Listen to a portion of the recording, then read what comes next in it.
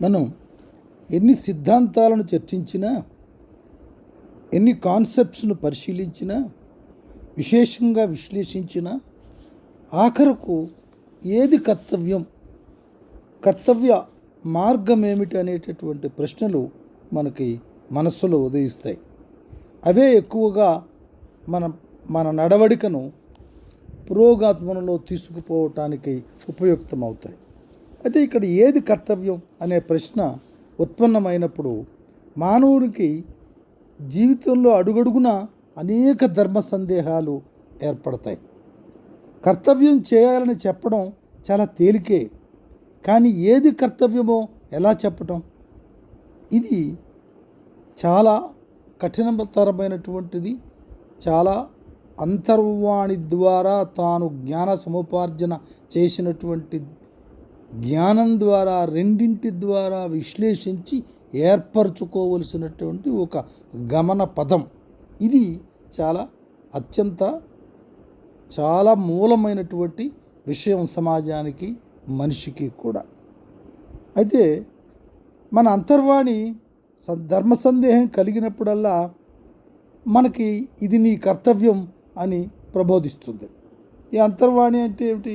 మన మనసులో ఉండేటటువంటి అనేక ఆలోచనలు, వాటిని సంశ్లిష్టమైనటువంటి రీతిలో అనేక రకమైన ప్రక్రియలో వాటిలో మధ్యలో యుద్ధం జరిగి ఆఖరకు ఒక ఇది నీ కర్తవ్యం అనేటటువంటి మార్గాన్ని సూచించేటటువంటి దట్ ప్రోసెస్ ఆఫ్ ఎక్స్పెరిమెంట్, ఆ రీతిలో జరిగేటటువంటి ప్రక్రియ అని మనకు అర్థమవుతుంది.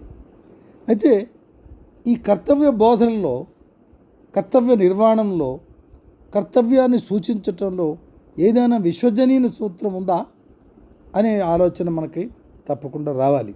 అది రావాల్సినటువంటి ఆలోచన. అయితే ఏమిటా ప్రబోధం? ఏదైనా ఒక సందేహం ఉత్పన్నమైనప్పుడు, అంటే ధర్మాన్ని గురించి కానీ ప్రవర్తన గురించి కానీ సందేహం ఎదురైతే ఆ పరిస్థితిలో ప్రపంచంలోని ప్రతి మానవుడు ఎలా ప్రవర్తించాలని నీవు కోరుతావో, ప్రతివాడు ఎలా ప్రవర్తిస్తే లోక కళ్యాణం జరుగుతుందని నీవు భావిస్తావో అలాగే నీవు కూడా చేయాలి. ఇదే విశ్వజనీయమైనటువంటి గొప్పదైనటువంటి సూత్రం. అంటే నీకొక నీతి సూత్రం, అన్యులకు ఒక నీతి సూత్రం లేవన్నమాట. ఒక నీతి సమస్య ఎదురైనప్పుడు అందరూ ఎలా ప్రవర్తిస్తే సముచితం కాగలదని నీవు భావిస్తావో నీవు కూడా అలాగే ప్రవర్తించాలి. అదే నీకు కర్తవ్యం అవుతుంది.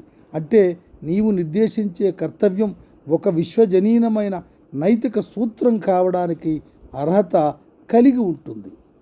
ఒకడిపై నీకు ద్వేషం కలిగి వాటికి హాని తలపెట్టే వరకు వెంటనే లోకంలోని ప్రతివాడు ఇతరులను ద్వేషించి హాని తలపెడితే లోకం ఏమవుతుంది అని ఆలోచించుకోవాలి.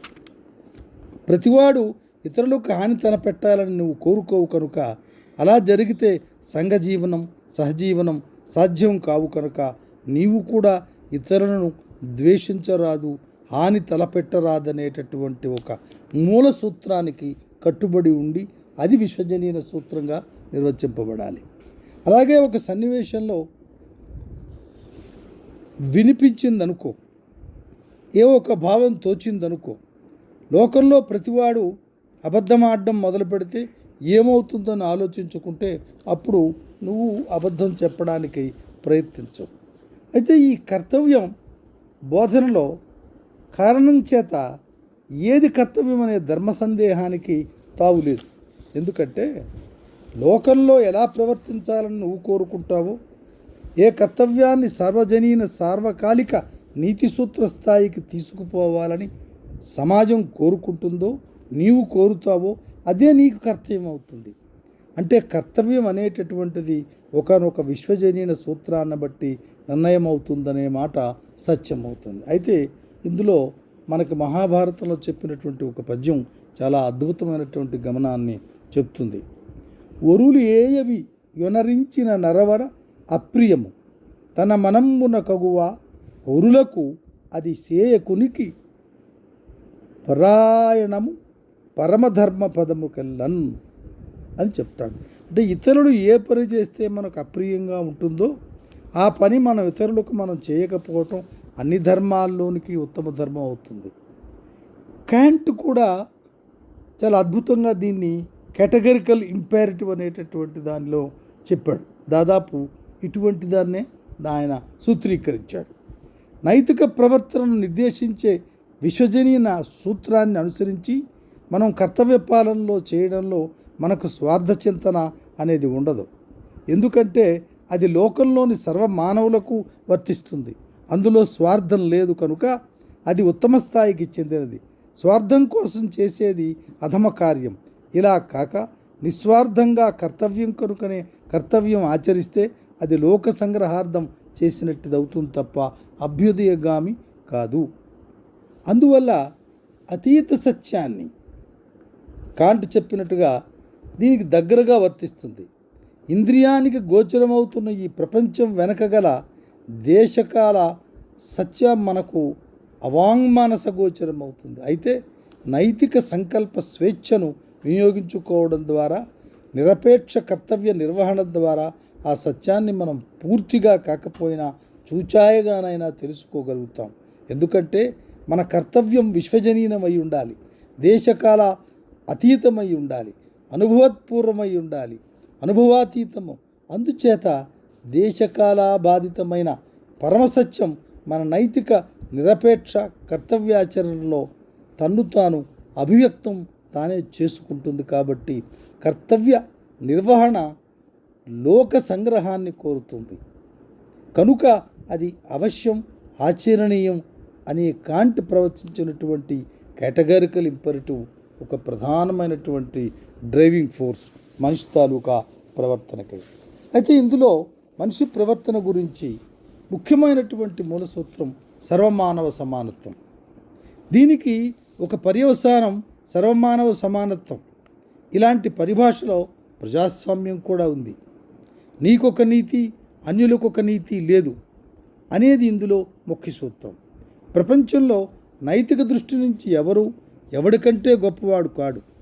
సార్వకాలిక సార్వజనీన నీతి సూత్రం ముందు ఎవడైనా ఆఖరికి ఎంత గొప్పవాడైనా ఎంత నేతైనా తల వంచి నిలబడవలసినటువంటిదే.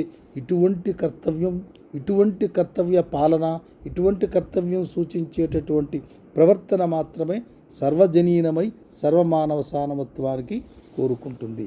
అయితే దీని అన్నిటికీ మూల సూత్రం మూలం గ్రహించినటువంటిది ఏమిటంటే అన్నిటికీ మానవుడే గమ్యం. మళ్ళీ చెప్తున్నాను, అన్నిటికీ మానవుడే గమ్యం. నీతిగా ప్రవర్తించడం అంటే ఏమిటి? ఇతరుల పట్ల నీతిగా ప్రవర్తించటమే కదా.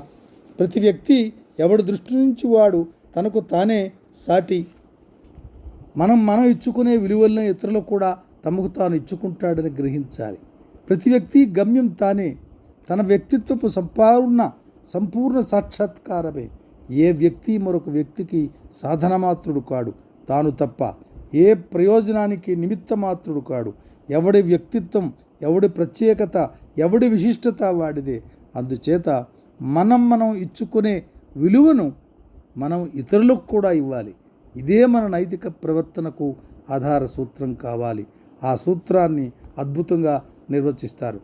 మానవ జాతి పట్ల మనం ఎలా ప్రవర్తించాలంటే నీతో సహా మనలో ప్రతి ఒక్కరితో సహా మొత్తం మానవ జాతిని ప్రతి ప్రత్యేక సందర్భంలోనూ తాను తన కొరకే అన్నది కాకుండా తాను ఇతరుల కొరకే అన్నటువంటి గొప్ప ధర్మంతో ఏ ఇతర ప్రయోజనానికి సాధన సూత్రంగా మనం పరిగణింపబడాలి అనే చర్చ అంతర్ముఖంగా ఎప్పుడూ జరుగుతుండాలి.